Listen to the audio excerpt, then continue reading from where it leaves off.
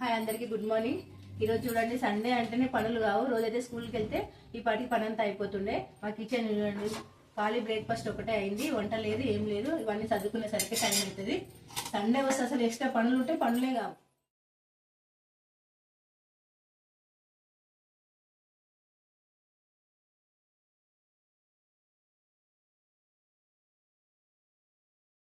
చాయ్ అయితే పెడుతున్నా, కొంచెం చాయ్ తాగితే కొంచెం ఫ్రెష్ అవుతుందని చాయ్ పెడుతున్నా. చాయ్ తాగి ఇవన్నీ క్లీన్ చేసుకుంటా. అప్పటి వరకు లంచ్ టైం అయితే లంచ్ ప్రిపేర్ చేయాలి. ఇంకా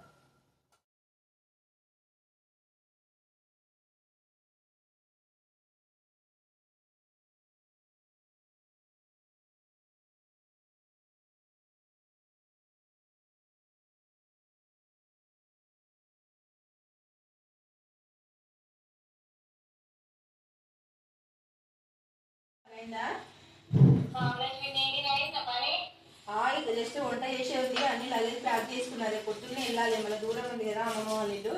నీకు మొన్ననే చెప్పినా కదా నేను, అమ్మమ్మ వాళ్ళు రెడీ చేసుకో, పిల్లలు కూడా అన్ని డ్రెస్సులు పెట్టు, బాగా చలి ఉందంట ఊర్లో.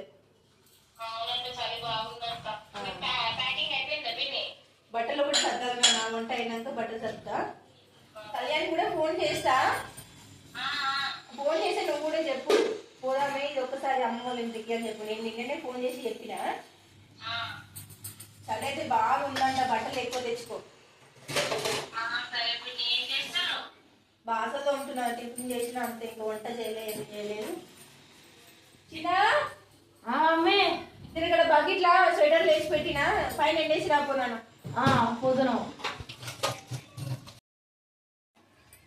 పనులన్నీ అయిపోయినాయి, వంట అయితే స్టార్ట్ చేస్తున్నా. చికెన్ ఉండని అనుకున్నా, కానీ పిల్లలు చికెన్ అంటే సండే చికెన్ తినని మంచిగా ఉండదు అని తెచ్చి వండు.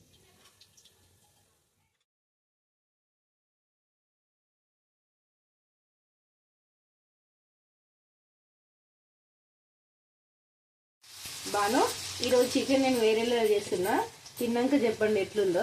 Okay mummy.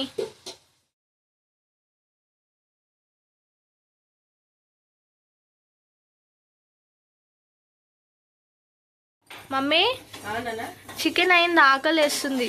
లేదు నాన్న, ఇంకొక హాఫ్ అన్ అవర్ పడుతుంది. అవును మమ్మీ, ధనియాలు ఎందుకు? రేపు అమ్మూళ్ళ ఇంటికి వెళ్తాం కదా నాన్న, ధనియాల పౌడర్ రెడీ చేస్తుంది. అవునా? అక్కడ మిక్సీ అవన్నీ ఉండవు కదా. అవును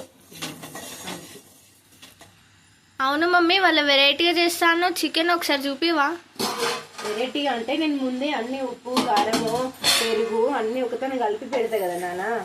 ఈ రోజు కలపలేదు, అట్లే నార్మల్ గా చేసేస్తున్నా, టైం లేకుండే. అన్ని కలిపి ఒక హాఫ్ అన్ అవర్ పెట్టిన తర్వాత చేస్తా ఎప్పుడైనా. నువ్వు ఎట్లా చేసినా టేస్ట్ బాగానే ఉంటుందిలే మమ్మీ.